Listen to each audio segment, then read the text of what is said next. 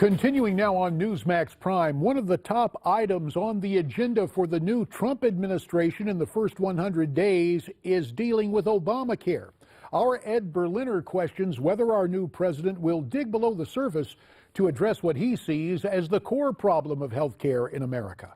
If you like your current insurance, you will keep your current insurance. If you like your insurance plan, you will keep it. If you're happy with what you got, nobody's changing it. Like the greatest hits of a bygone musical era, these are the words a good part of America will continue to replay over and over again as the track one disaster from the Barack Obama years. The affordable health care sales pitch that even the most ardent supporters knew was going to crumble eventually.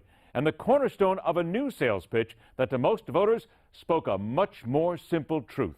Obamacare has to be replaced, and we will do it, and we will do it very quickly. It is a catastrophe. Here's the rub. We get the nightmare of Obamacare, but will the Trump administration focus on the main issue here that seems to always be avoided by our politicians? The hospital that we went to accepted our insurance, but various specialists that were called in at the hospital did not. So we started getting these, surprise bills. When we saw him a few weeks ago starting to breathe on his own, it was a good thing medically. But United Healthcare says it now means he needs to be discharged. If the family wants to get him more care, they have to pay out of pocket. Private health insurance companies earned a record $12.2 billion in profits last year, is a stark reminder of the need for enacting health reform now.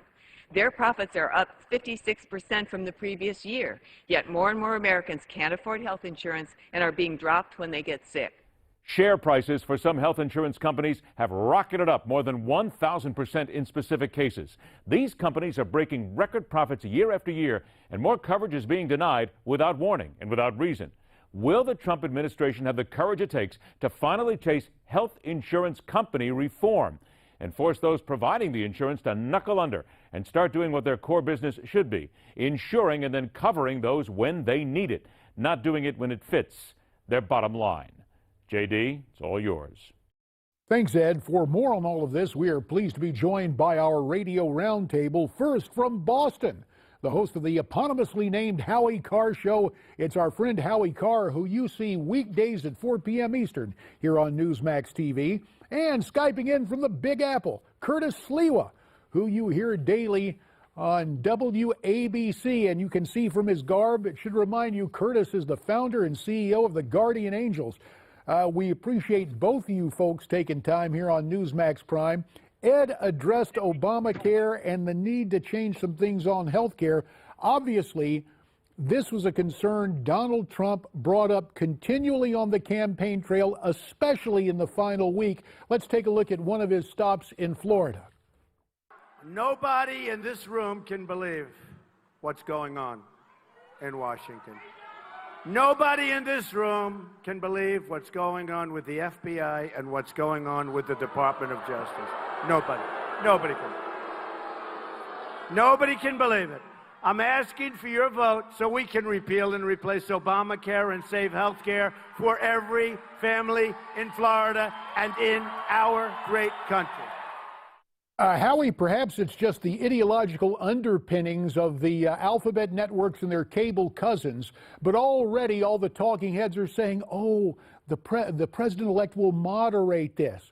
Do you believe Mr. Trump when he says repeal and replace Obamacare, and do you believe it'll be his top priority, Howie?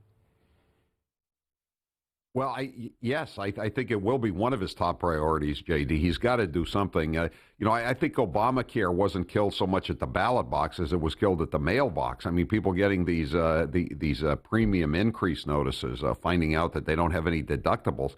I mean, I think that was a big issue. Obama kept writing these executive orders, amending so-called Obamacare over the years, to prevent all these terrible poison pills from going into effect. But it finally caught up with them this year. And yeah, I mean, people seriously want they want their bad apple health care policies back, JD. That's what he said. I'm only taking away your bad apple plans. Well, no, that was a lie. Just like keeping your doctor, keeping your health plan, get the $2,500 savings. People want to get the best health care in the world back, which they had before Obamacare. Yeah, he's got to do it. He can't renege on that one. There's no doubt, Howie, but the fact is that was all intended to push us towards a single payer option and not to keep Obamacare in full effect. Well, obviously, Trump has an opportunity to undo that, but he's not going to do it in the first 100 days. Hey, you know how Washington moves, even with the Republicans in majority in the Senate and the House and the president calling the shot. So much has been put into place. It's going to take a month of Sundays to repeal it and then change it and make sure whatever you put in is going to satisfy the electorate, because if premiums continue to go up with whomever you put in, oh, man, we may see a one-term president in Donald Trump.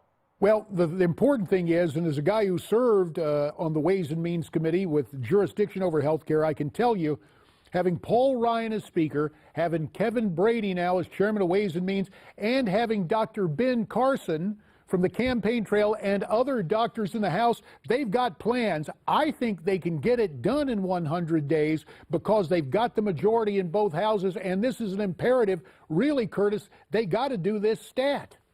Never. Washington never moves. You know what else they've got to do, JD? There's a whole laundry in order to do that. Yeah, Howie, you're saying there is a whole laundry list. How about the Keystone Pipeline, JD? We haven't talked much about the Keystone Pipeline. I mean, that's one. I mean, I know they'll go into court to try to stop the Keystone Pipeline. That's one.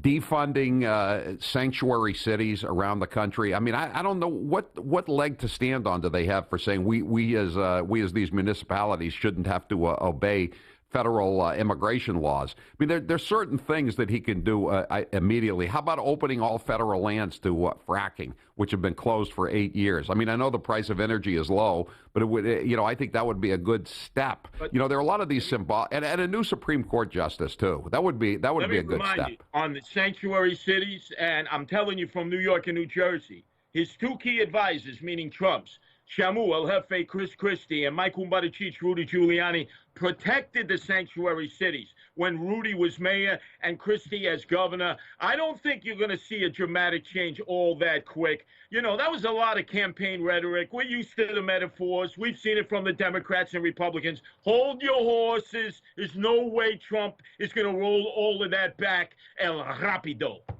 Well, okay, and you mentioned Chris Christie. Kate Steinle from San Francisco, that was one of his campaign props, that tragic story about that woman in San Francisco killed by the illegal alien.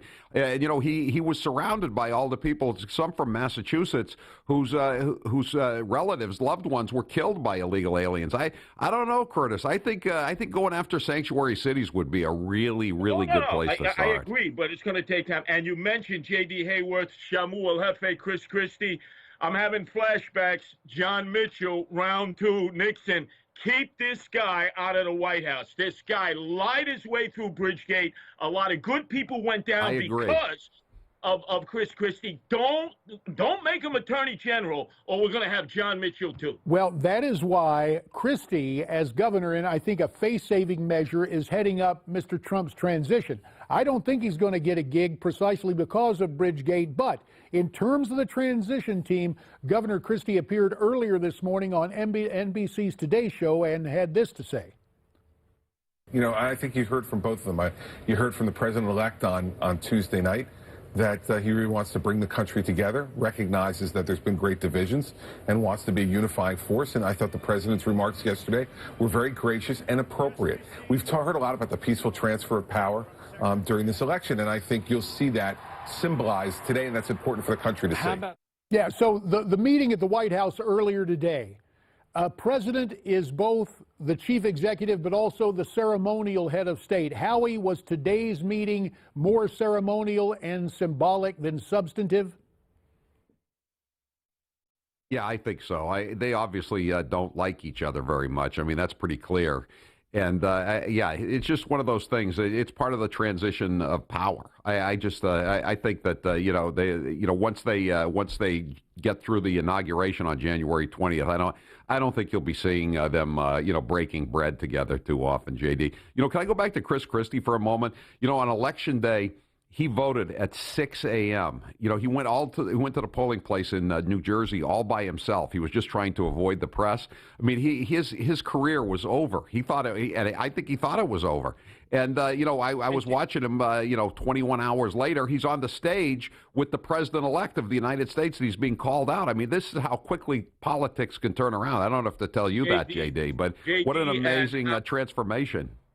JD and Howie, it was the Ides of March today in that room in Washington, D.C. at the White House. Trust me, the long knives are out. Both sides are ready to slice each other's throats. Don't believe the hype. Don't believe the hype. Fair enough. We will not believe the hype. Howie Carr in Boston. Never believe the hype. Curtis Sliwa in New York. We really appreciate tonight's radio roundtable. Still to come, this is a special day for the United States Marine Corps, and we will tell you why as Newsmax Prime continues.